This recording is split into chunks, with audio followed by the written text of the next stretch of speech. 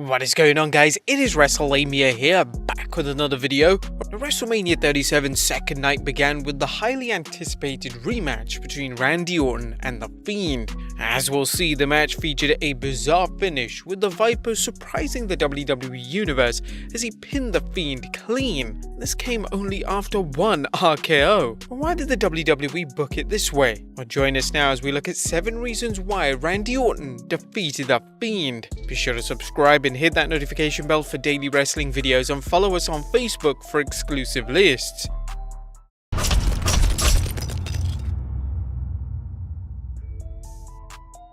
Now, the Orton vs Fiend match was highly competitive, with Randy Orton dishing out lots of punishment, including 3 apron DDTs, but the Fiend shrugging it off as always.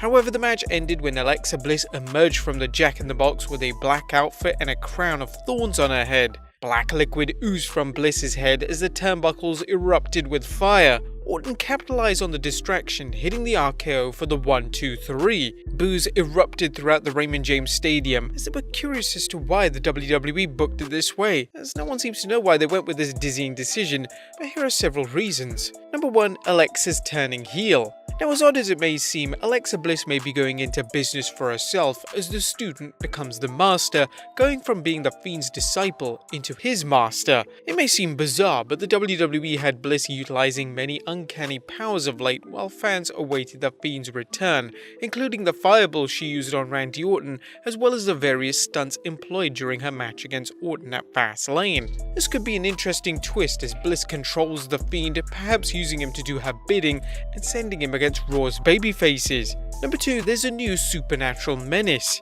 Now, while this should be treated as a long shot, the WWE could be setting things up for another supernatural superstar to show up and challenge the Fiend. The truth be told, as well received as the Fiend's character is, he's difficult to book against traditional WWE superstars, and having him fight another wrestler with arcane abilities could prove a good mix. However, if done wrong, it could not only backfire but hurt the Fiend's character, as he could lose some of the qualities that make him so unique. Number 3, that mercurial Mr. McMahon. As scary as it may sound, fans can't rule out Mr. McMahon's well-known mercurial moods when it comes to last-minute changes to television shows and big pay-per-views. You'll likely recall the many rumors of Vince McMahon wanting to make WrestleMania 37 nothing less than the greatest WrestleMania of all time. Now, one way to do it is by surprising the fans by taking likely finishes and changing things up. Here, the Fiend returned from being set on fire, and it was all but guaranteed that he would defeat Randy Orton in their rematch. Vince being Vince though, fans know he made a last-second call to have Orton go over. Does it make sense? Well, no, but it was a surprise. In Vinnie Mac's mind, a surprise is a surprise, even if it's a nonsensical one. Number 4, the WWE wants to depower the Fiend. The Fiend is a powerful character who's been shown as capable of absorbing incredible amounts of punishment and going on to win, unless of course his opponent happens to be Goldberg, but it's a situation the WWE may have decided to rethink. Now, don't get us wrong, we don't think that the WWE is going to have the Fiend becoming a mid-card talent, but they may have realized they've painted themselves into a corner by having the Fiend depicted as invulnerable. It's arguable that the WWE is going with the idea that the Fiend lost some of his power when he returned from being immolated, which might explain why Randy Orton was able to pin him with just one RKO. Number 5, he's Randy freaking Orton. As odd as it may seem, the WWE may want to give Randy Orton a clean win over the Fiend simply to keep the Viper positioned as a top-tier main eventer. There are a number of reasons, including Orton going after Bobby Lashley, or Randy even jumping to SmackDown to resume his feud with Edge, or even go after Roman Reigns. Number 6, the WWE wants to extend the Orton vs Fiend feud. Randy Orton's win could also be a way of the WWE continuing his feud with The Fiend. The Fiend is a popular character, and they may feel that the two titans have at least one more match left in their program.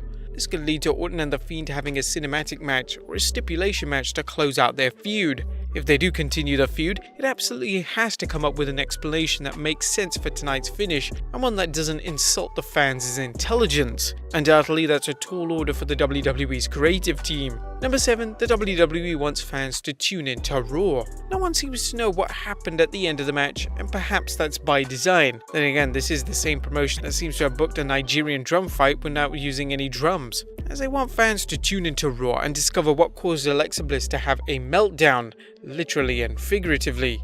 Now, the problem with trying to understand the WWE's reasons for having Randy Orton go over is that they provided no clues as to what happened at the end of the match, with Alexa Bliss costing The Fiend the match, either inadvertently or unintentionally. Unless the WWE follows the match's enigmatic ending with an intelligent explanation, it will go down as one of the biggest duds in Wrestlemania history. But there you have it, guys, our analysis of the 7 reasons The Fiend lost to Randy Orton clean.